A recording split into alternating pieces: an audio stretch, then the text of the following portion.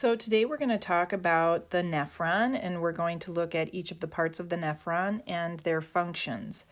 So this renal tubule is a long tubular passageway, and it begins at this part, which is the renal corpuscle.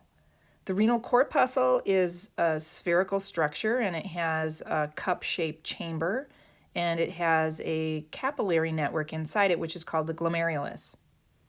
The glomerular capsule is also called Bowman's capsule. It's connected to the initial segment of the renal tubule, which is called the proximal convoluted tubule.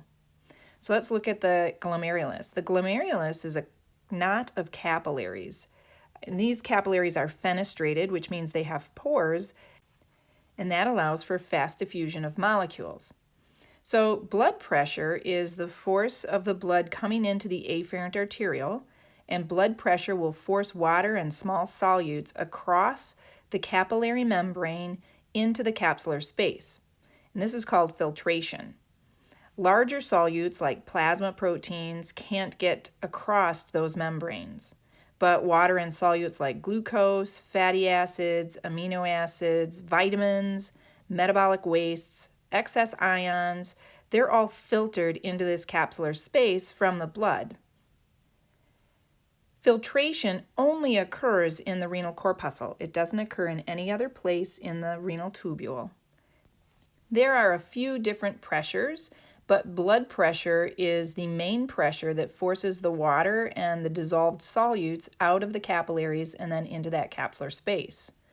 The fluid in the capsular space then is similar to the plasma of blood, but it's not going to have any proteins because the proteins are too large, and so the proteins stay in the blood along with red blood cells, white blood cells, and platelets. The blood enters the renal corpuscle by the afferent arteriole, and then it exits the glomerulus by the efferent arteriole. The efferent arteriole delivers blood then to the peritubular capillaries. These peritubular capillaries are a network of capillaries that surround the nephron and the nephron loops. The peritubular capillaries surrounding the nephron loop are called the vasa recta. And then those peritubular capillaries will converge together to form venules, and the venules will form the veins, and then the veins are going to leave the kidney through the cortical radiate vein, then the arcuate vein, then the interlobar vein, and then into the right into the renal vein. The things that won't be filtered at the glomerular capsule include the blood cells, the plasma proteins. Some of the water doesn't get filtered, and there's some ions and there's some other organic molecules that don't get filtered as well. The fluid that is filtered into the capsular space is called filtrate, and then that filtrate enters into the renal tubule. The renal tubule is attached to the renal corpuscle. There are different segments of the renal tubule. There's the proximal convoluted tubule. This is located in the cortex of the kidney. There's the distal convoluted tubule. This is also located in the cortex of the kidney. And then there's the nephron loop. The nephron loop connects the proximal convoluted tubule to the distal convoluted tubule, and this nephron loop extends partially into the medulla. As the tubular fluid flows through the tubule, it will gradually change composition as water, nutrients, and ions are absorbed. Each segment of the renal tubule has different activities. The distal convoluted tubule is the last segment, and it's connected to a collecting system.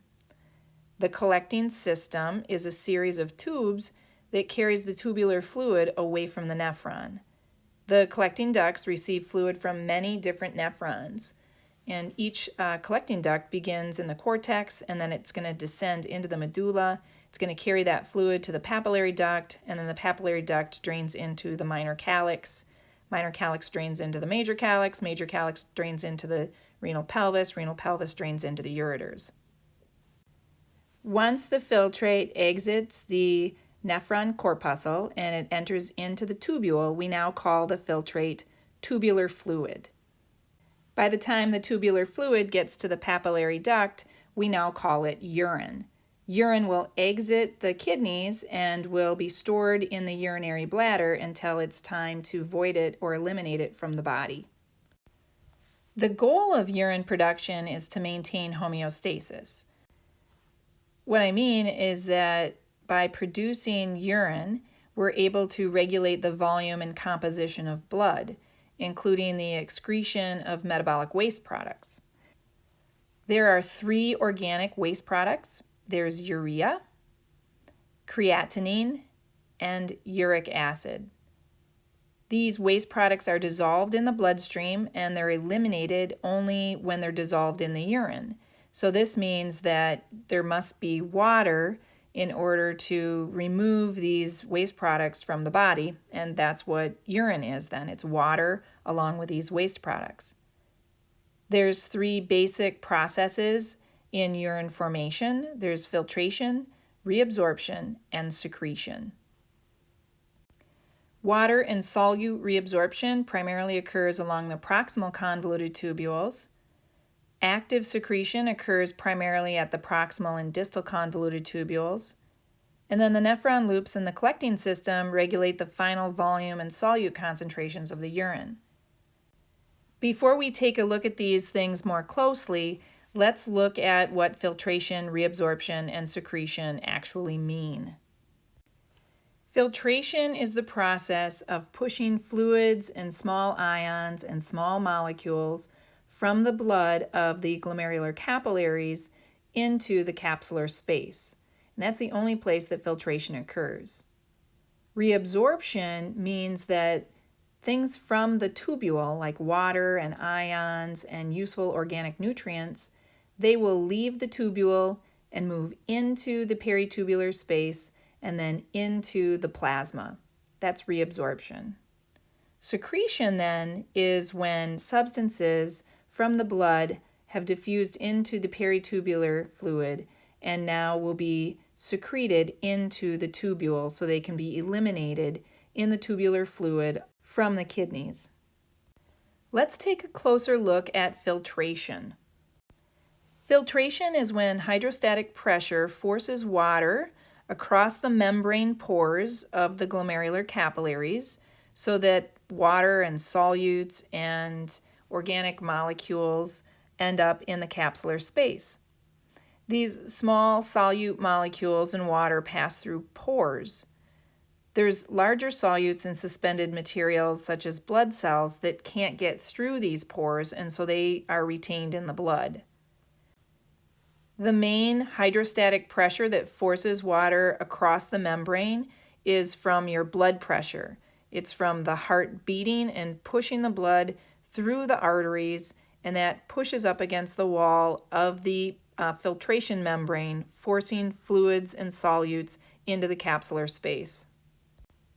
The net pressure pushing fluids across this membrane is called the net glomerular filtration pressure, and the rate at which filtration occurs is called the glomerular filtration rate. The glomerular filtration rate can be regulated by the body. It can be regulated locally, and what I mean is right at the nephron, it can be regulated, and this we call autoregulation. It can be hormonally regulated, which is the release of hormones that's initiated by the kidneys, or it can be regulated by the nervous system. So let's first talk about autoregulation. So in autoregulation, changing the diameter of the afferent arteriole and the efferent arteriole and changing the diameter of the glomerular capillaries can change the filtration rate. What I mean by this is if the afferent arteriole were to dilate, and we call that vasodilation, then more fluid would be coming into the glomerulus. And then the fluid, the excess fluid, would be pushed across the glomerular capillaries. So that would increase the glomerular filtration rate because there's more fluid there pushing up against the walls of the glomerulus. At the same time, the efferent arteriole could vasoconstrict, and then that would back up the fluid leaving. It would back up the blood leaving the glomerulus. And so now you have even more pressure against the glomerular walls, and that would increase the glomerular filtration rate. At the same time, there are these cells inside, in between the glomerular capillaries that can cause the glomerular capillaries to constrict. And if the glomerular capillaries constrict, they're kind of like squeezing the fluid out, kind of like a sponge squeezes water out, which would also increase the glomerular filtration rate. Hormonal regulation occurs when there's decreased blood flow into the afferent arteriole, or if there's decreased blood pressure of the afferent arterioles, and this causes those juxtaglomerular cells to release the hormone called renin. There are 3 stimuli that will cause the juxtaglomerular cells to release renin. First, if there's decreased blood flow or decreased blood pressure at the glomerulus. So those cells, those juxtaglomerular cells that are outside of the afferent arteriole, they're sensitive to the blood pressure that's inside that afferent arteriole. So if the blood pressure inside the afferent arteriole goes down, then this hormone called renin will be released. Next, if there's sympathetic innervation of the juxtaglomerular cells. So the sympathetic nervous system, which is our fight or flight system, it will stimulate the juxtaglomerular cells to secrete renin. And then third, if there's a decrease in solute concentration in the distal convoluted tubule, then the macula densa cells, which are those cells that line portions of the distal convoluted tubule, they act like chemoreceptors, and they're sensitive to that decrease in that osmotic pressure. They're sensitive to the decrease in the concentration of the fluid in the distal convoluted tubule. And if there's not enough solutes in the distal convoluted tubule and it appears like the tubular fluid is too dilute, then that will stimulate the juxtaglomerular cells to release renin. Renin has a few effects. First of all, renin causes the efferent arterioles to constrict. So when it constricts, that means that fluid, that plasma will build up in the glomerular capillaries, and that will increase the glomerular filtration rate. It also stimulates the secretion of aldosterone by the adrenal cortex. So renin gets out into your general circulation, it's in the blood, it gets to the adrenal cortex, and it causes aldosterone to be released from the adrenal cortex. Aldosterone then comes back and binds to the distal convoluted tubule and the collecting duct, and it increases sodium reabsorption. And then water follows sodium reabsorption. So if you have decreased blood pressure, aldosterone will be released so that you will reabsorb more sodium, and then you will reabsorb water. And that will help to bring your blood pressure back to normal. Renin also stimulates secretion of ADH from the posterior lobe of the pituitary. ADH causes the reabsorption of water in the distal convoluted tubule and the collecting duct. And by reabsorbing water, that means you're increasing your blood volume, which means you're increasing your blood pressure. The last effect of renin is that it stimulates thirst. So when you're thirsty, that means you're going to drink more fluids, and when you drink more fluids, that increases your blood volume, which then increases your blood pressure.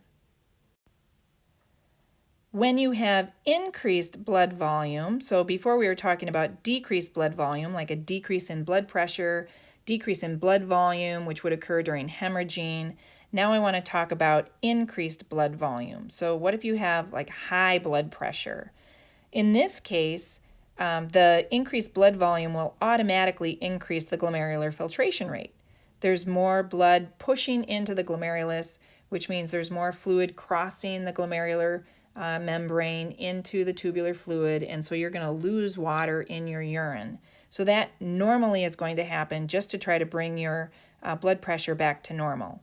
In addition to that, though, if the blood pressure gets too high, then these hormones from the heart will be released from the heart, and they are called natriuretic peptide hormones. They're released by the heart to accelerate more fluid loss in the urine. And they do that by triggering dilation of the afferent arterioles and constriction of the efferent arterioles. So the afferent arterioles dilate, the efferent arterioles constrict, and fluid backs up into the glomerular capillaries and gets pushed out into the filtrate, which will then be eliminated from the body in urine.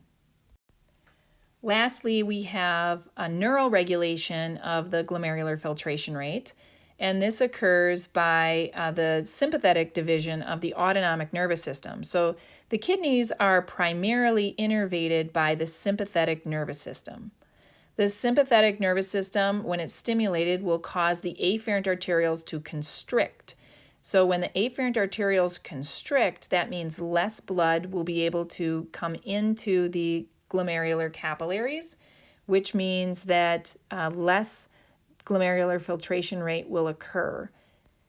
So this means if a person is hemorrhaging or they're going into shock where they have decreased blood pressure, the sympathetic nervous system will be activated.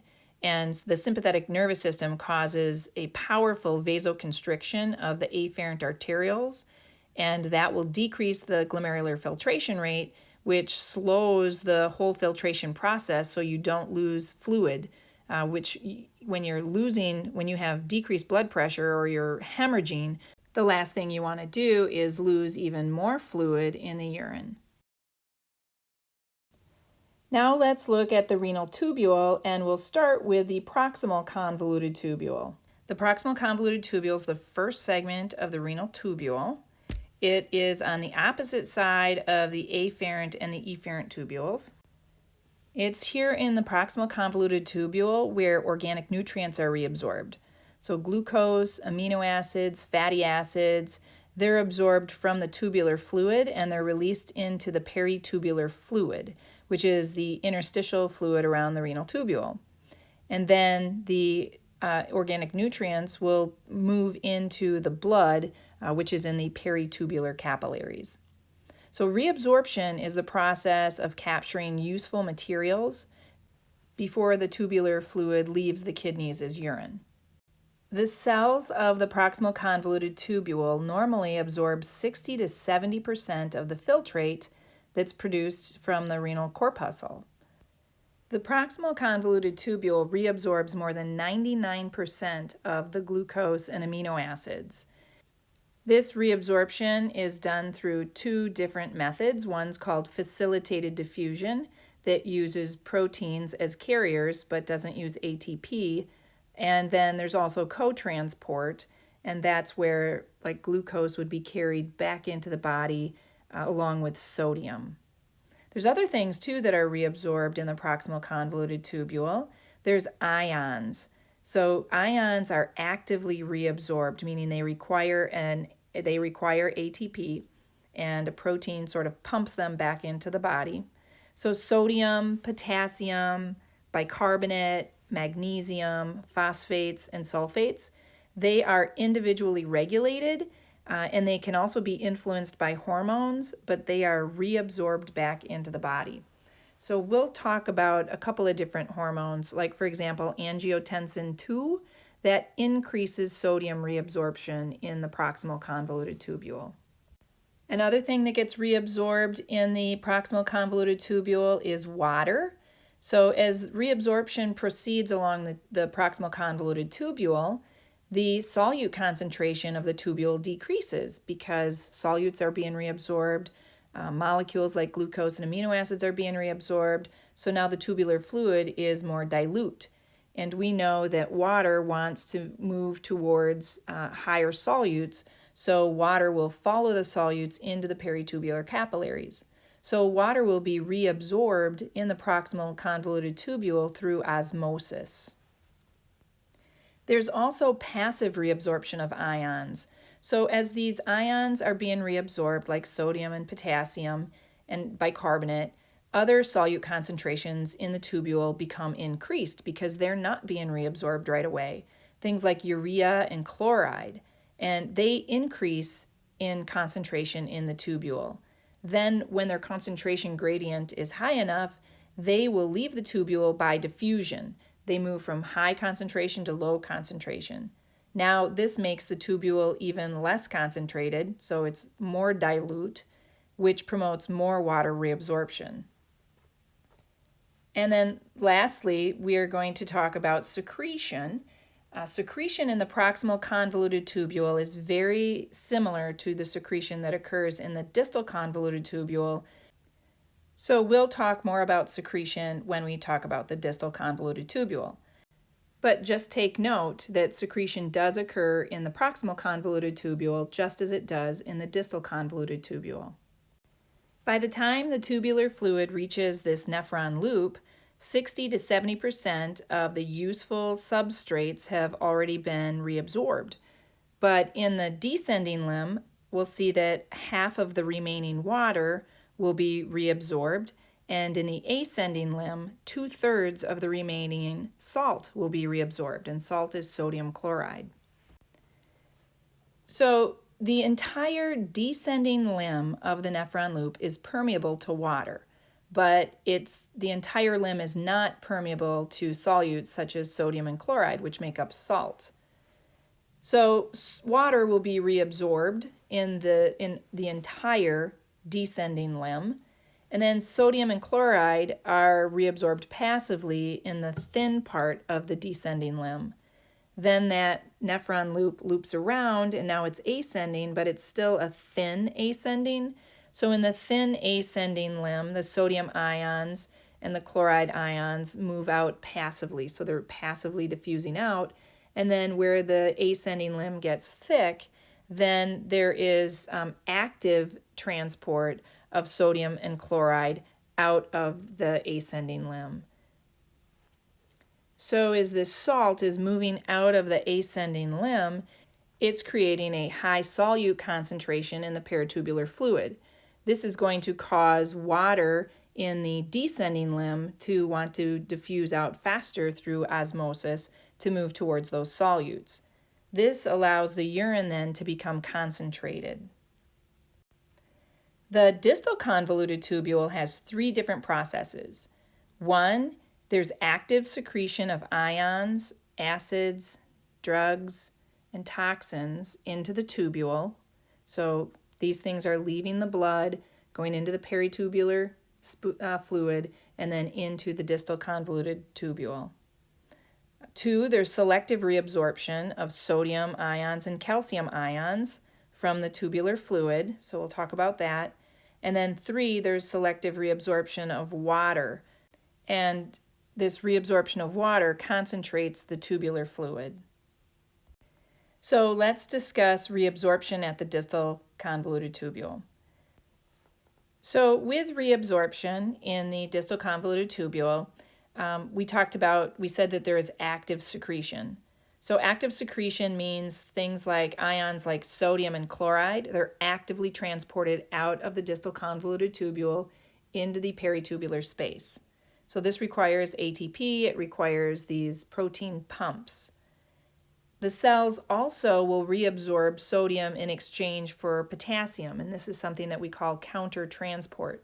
So every time sodium is reabsorbed, potassium is secreted. Aldosterone is a hormone that controls sodium ion channel pumps. Aldosterone synthesizes or makes these sodium ion pumps along the distal convoluted tubule, as well as the collecting duct, and reduces the amount of sodium lost in the urine. So what that means is that aldosterone causes sodium to be reabsorbed, and at the same time, potassium is going to be excreted because every time one sodium is reabsorbed, one potassium is secreted. So if we consider a condition where there would be prolonged aldosterone secretion, this would cause a condition called hypokalemia. So hypo means low, kalemia means potassium in the blood.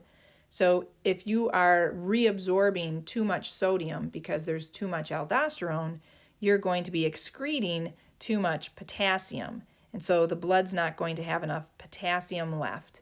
This is a problem because low potassium in the blood could lead to arrhythmias in the heart or possibly even heart failure.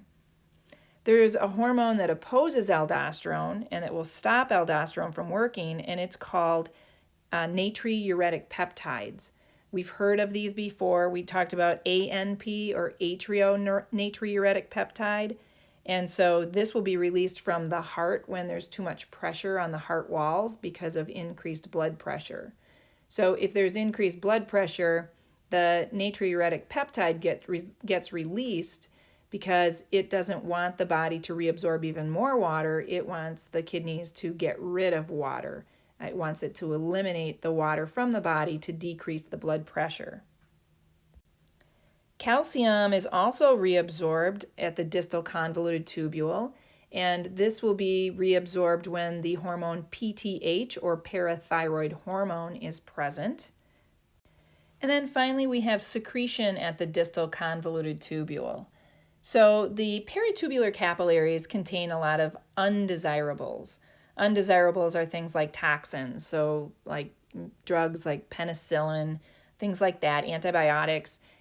These drugs, which the body views as toxins, will be secreted from the peritubular fluid into the distal convoluted tubule so that you can eliminate it from the body in urine. But in addition to these toxins, other things can get secreted as well. So in the blood, these ions potassium and hydrogen have to be sustained in narrow limits. And if the potassium levels are too high, then they will have to be secreted and eliminated from the body. In order for them to be secreted, sodium has to be reabsorbed and potassium has to be secreted. That's countertransport. However, if the blood is too acidic, and that means that the pH is low, and that means that there's excess hydrogen ions in the blood, then hydrogen will be secreted in place of potassium. So when the pH is low in the blood, sodium gets reabsorbed and hydrogen gets secreted so that hydrogen ions will be eliminated from the body. Diuretics are drugs that promote water loss in the urine. So they promote more water being kept in the tubular fluid so that it can be eliminated in the urine. Diuretics decrease blood pressure, blood volume, extracellular fluid volume, or all of the above. And so they're very useful in medicine. Thiazides are diuretics that decrease the sodium and chloride transport in the proximal and distal convoluted tubule. So when sodium isn't being reabsorbed because thiazides are blocking this, then water isn't reabsorbed either, and then water will end up in the urine.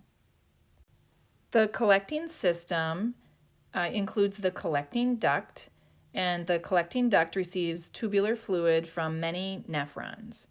And the collecting duct is hormonally regulated. So the hormone aldosterone, again, that is going to increase sodium reabsorption, and it's opposed by ANP.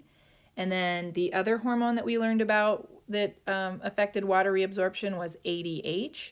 So ADH also affects the collecting duct and will increase water reabsorption in the collecting duct. It also does that in the distal convoluted tubule as well. So ADH works on the distal convoluted tubule and the collecting duct. It sort of makes these little holes in the walls of the duct and allows water to be reabsorbed. And ADH is also suppressed by ANP. When aldosterone is present, sodium gets reabsorbed, and it will be reabsorbed in exchange for potassium. So again, this is another place where sodium gets reabsorbed and potassium gets secreted. The collecting duct also will reabsorb bicarbonate in exchange for chloride. So this means that if the blood if it's too acidic, then bicarbonate will be reabsorbed and chloride will be secreted.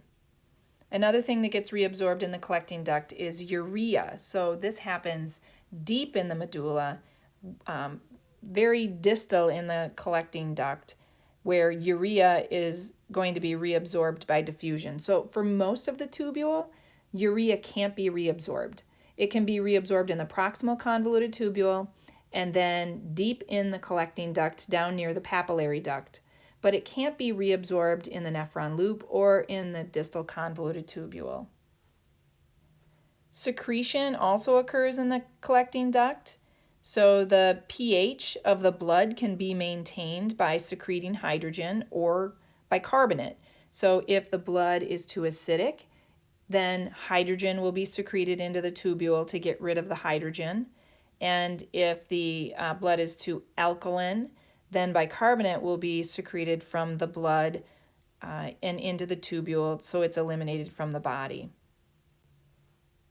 In the case of if the blood is too alkaline and bicarbonate is secreted, then hydrogen will usually be pumped into the peritubular fluid and back into the blood to try to bring that pH back to normal levels.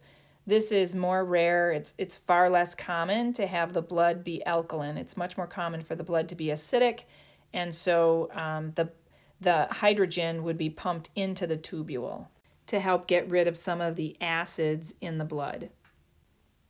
Okay, so this ends our video on the urinary system. So I will see you guys next time.